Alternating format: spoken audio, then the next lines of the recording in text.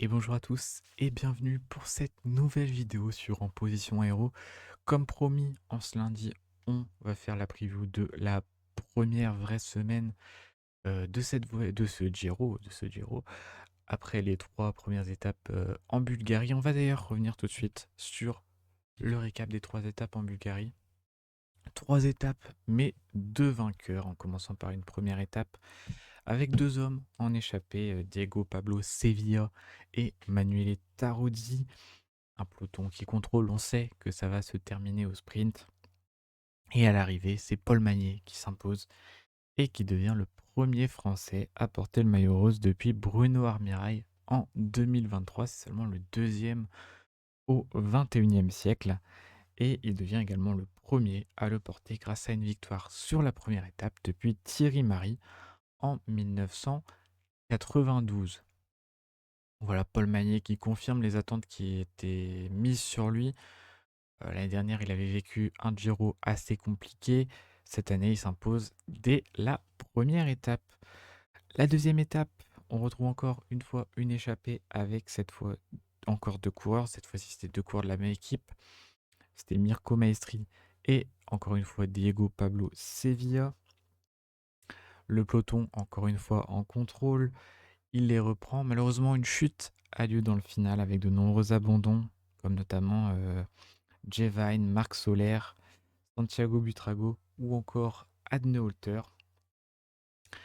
Il faut dire que c'était une chute très violente, hein. Toute l'équipe UAE quasiment a fini par terre puisque c'est Marc Soler qui tombe en premier et qui entraîne une grande partie du peloton.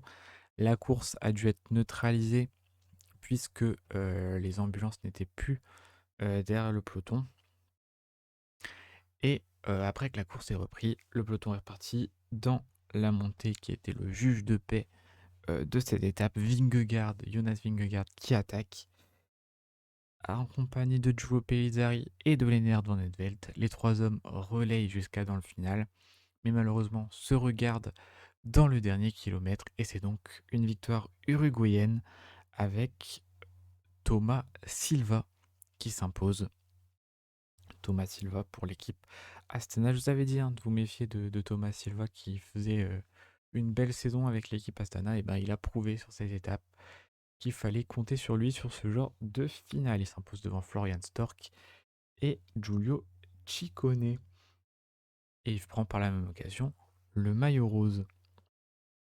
Sur étape 3, trois hommes en échappée, cette fois toujours les mêmes équipes. Paul Tivzet Magda Bardiani avec Manuel Tarozzi, Diego Pablo Sevilla et Alessandro Tonelli. Le peloton, encore une fois, en contrôle. Ça va finir au sprint. Et c'est Paul Magnier qui s'impose une nouvelle fois, cette fois-ci devant Jonathan Milan et Dylan Groenewegen. Et donc Paul Magnier qui signe déjà deux succès sur ce Giro et des succès qui en appellent peut-être d'autres. On va le voir tout de suite avec les profils des différentes étapes. Et on part tout de suite pour l'étape 4. Alors une étape 4 qui, je trouve, est assez similaire dans son tracé à la troisième étape avec un col au milieu. On l'a vu sur la troisième, personne a tenté vraiment de lâcher des sprinteurs dans le col, parce que je pense qu'il y a moyen de distancer pour ceux qui passent mieux les bosses. Je pense à Ethan Vernon, je pense à Paul Magnier, Tobias Andresen qui passent peut-être un petit peu mieux les bosses que un Jonathan Milan ou un Etienne Groenewegen.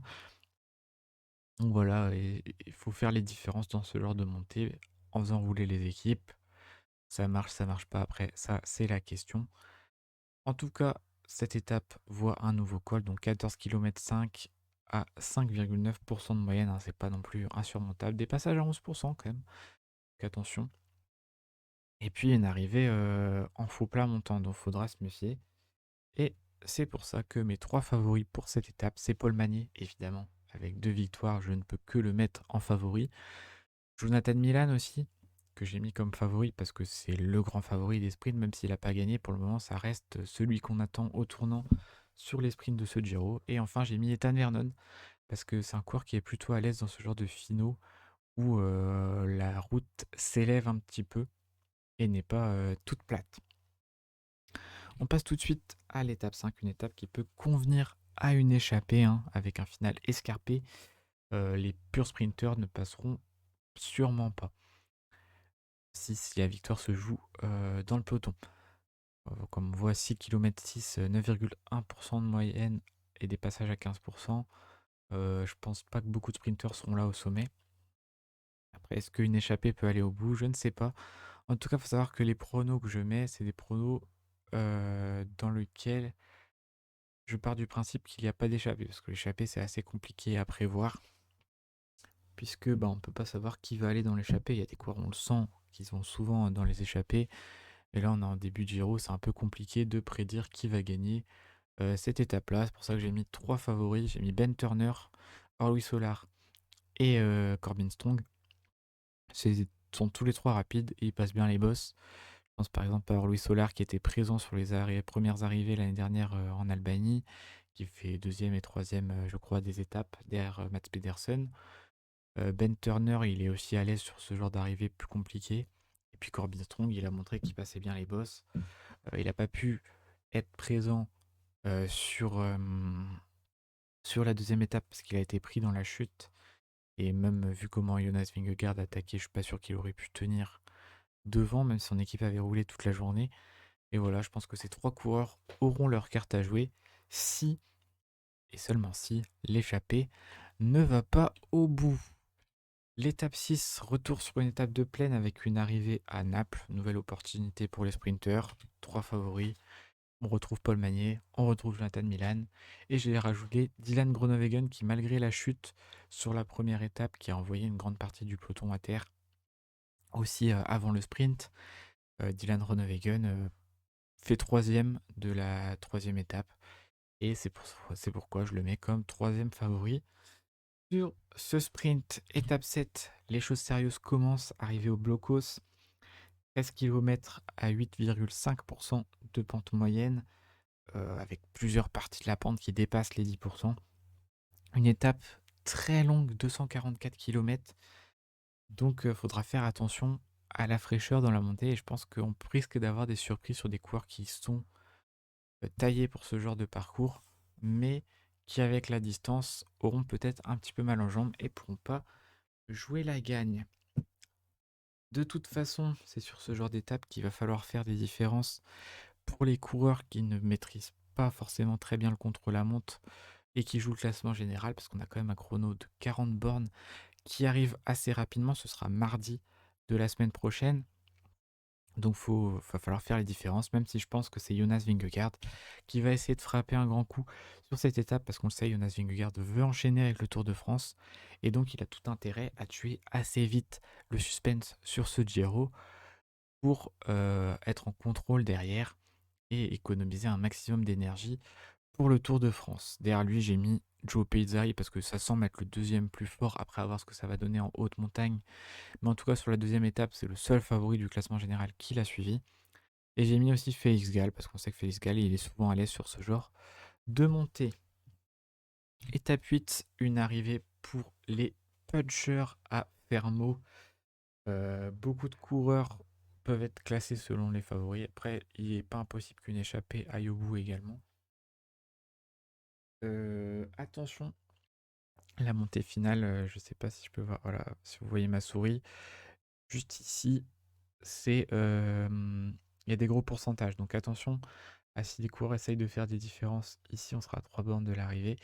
Et derrière, ça grimpe un petit peu moins. Mais il y a quand même quelques pourcentages qui empêcheront des sprinteurs ou des coureurs sprinteurs rapides qui passent bien les bosses de jouer la victoire. C'est pour ça que j'ai mis 3 favoris. J'ai mis Lennart Dornedvelt parce qu'il a montré. Il est en forme sur la première étape hein, et c'est le seul à suivre Vingegaard et Pezzari. Il y avait Yann Christen aussi qui a essayé mais qui a pas tenu. J'ai mis Afonso Lalio. Il est plutôt à l'aise sur ce genre d'arrivée. Il est un peu plus discret cette saison qu'en fin de saison dernière. Mais je me dis qu'il a plus de leader dans son équipe avec l'abandon de Santiago Buitrago et qu'il pourra jouer sa carte sur ce genre d'arrivée. Et puis j'ai mis Joe Ciccone parce que c'est un coureur avec du punch et qui est très rapide. On l'a vu en troisième de la deuxième étape. Je pense que c'est une arrivée qui lui convient parfaitement. Mais j'aurais pu citer aussi des coureurs comme Florian Stork ou encore Thomas Silva qui pourront jouer la gagne sur ce genre d'arrivée. La neuvième et dernière étape qu'on va étudier pour cette semaine, donc ce sera dimanche. Nouvelle étape avec une arrivée au sommet. c'est une montée assez irrégulière, hein, c'est pas un pourcentage constant. Il y a des replats, il y a des pourcentages qui descendent sur cette arrivée à Corno et à l'Escale. Que dire de cette étape, hein, pas grand-chose, hein. Montée sèche au bout de 184 km. Étape de 184 km, 10 km 8, 6,1% de moyenne avec des passages à 15%. C'est une montée qui va faire mal aux jambes. Mais voilà, Jonas Vingegaard qui sera favori de toute façon de toutes les étapes de montagne, sauf l'échappée. On le sait, les échappées iront sûrement au bout en deuxième, voire troisième semaine. J'ai mis Joe Pesari aussi parce que c'est le deuxième favori de ce Tour de France et que sur les arrivées au sommet, ce sera le deuxième homme, sûrement. Et j'ai mis aussi Joe Ciccone parce que lui aussi, sur ce genre d'arrivée, ça peut être un coureur s'y tient différentes attaques, il a le punch nécessaire pour jouer, sur ce genre d'étape, même si on sait, il joue pas le classement général, donc je sais pas s'il se laissera décrocher ou s'il essaiera de tenir le plus loin possible. Mais pour moi, c'est une arrivée qui peut convenir parfaitement à Joe Ciccone. Donc voilà pour les étapes de cette deuxième semaine du Giro, enfin de cette première vraie semaine, parce que la deuxième semaine commencera juste après. On va passer maintenant à quelques petites actualités de la semaine, des différentes courses qui ont eu lieu, en commençant par la Vuelta féminine et la femme de la semaine, c'est Paola Blasi, qui remporte la Vuelta féminine à seulement 33 ans. On l'attendait au tournant sur cette Vuelta. Elle avait fait des très bonnes Ardennaises, mais de là à l'avoir remporté cette Vuelta, c'était assez inattendu puisqu'on n'avait pas beaucoup de références en montagne. D'autant plus qu'elle a été distancée par Anna van der Breggen sur les pentes de l'Aspreires Nava. La néerlandaise qui avait fait un tempo pendant toute la montée, qui avait lâché ses adversaires une par une. Paula Blasi qui faisait donc deuxième au sommet, elle n'avait pas perdu beaucoup de temps, ce qui faisait qu'elle était que à 18 secondes, je crois, au classement général. Donc c'était largement reprenable dans une pente comme celle de l'Angliru. Et c'est ce qui va se passer puisque le lendemain, sur les pentes de l'Angliru, elle remporte cette Vuelta en prenant le maillot. Elle gagne pas l'étape puisque c'est Petra Stiasny qui gagne l'étape, qui crée la surprise, hein. Petra Stiasny, elle avait été assez invisible depuis le début de saison et là sur l'Angliru, elle a distancé tout le monde pour aller s'imposer au sommet. Anna van der Breggen avait été distancée suite à une attaque de Marion Bunel qui elle aussi a réalisé une excellente Vuelta en prenant la troisième place du classement général. Et c'est donc Paola Blasi qui vient remporter cette Vuelta devant Anna van der Breggen et Marion Bunel au sommet de l'Angliru.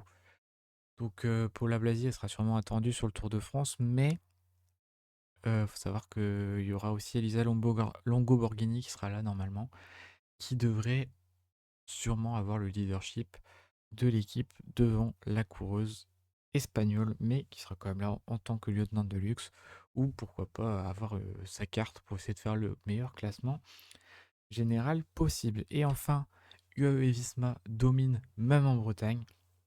Alors pourquoi même en Bretagne? Parce que c'est des courses sur lesquelles on n'a pas l'habitude de voir ces deux équipes, que ce soit le Grand Prix du Morbihan ou le Trobreléon, donc les deux premières manches de ce quadriptyque breton, avec cette semaine, donc samedi et dimanche, le Tour du Finistère et les boucles de l'Aune. Et donc, on revient sur le Grand Prix du Morbihan d'abord avec la victoire de Benoît Cosnefroy, qui s'impose et signe un quatrième succès sur l'épreuve.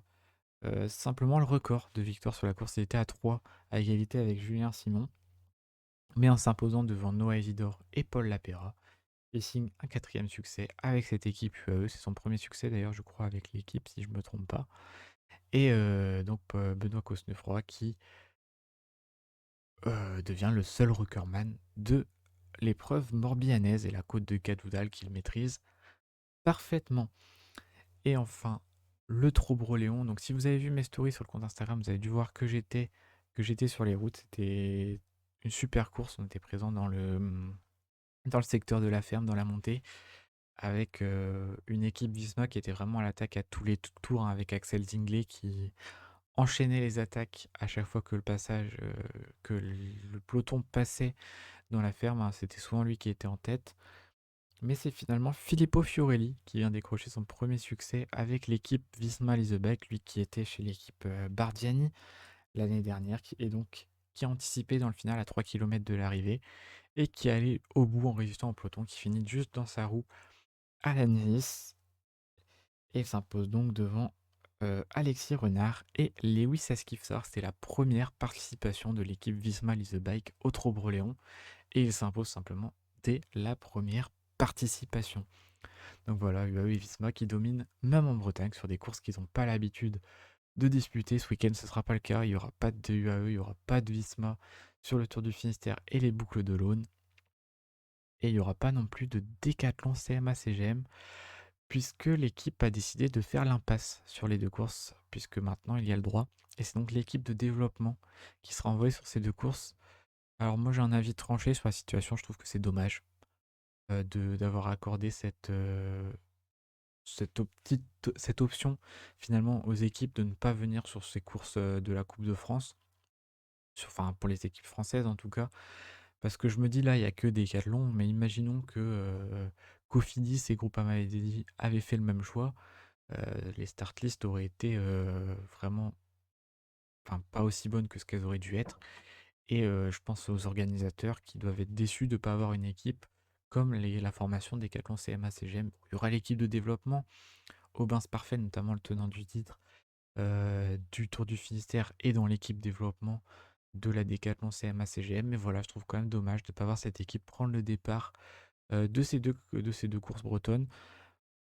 Je vous laisse me dire votre avis dans les commentaires là-dessus.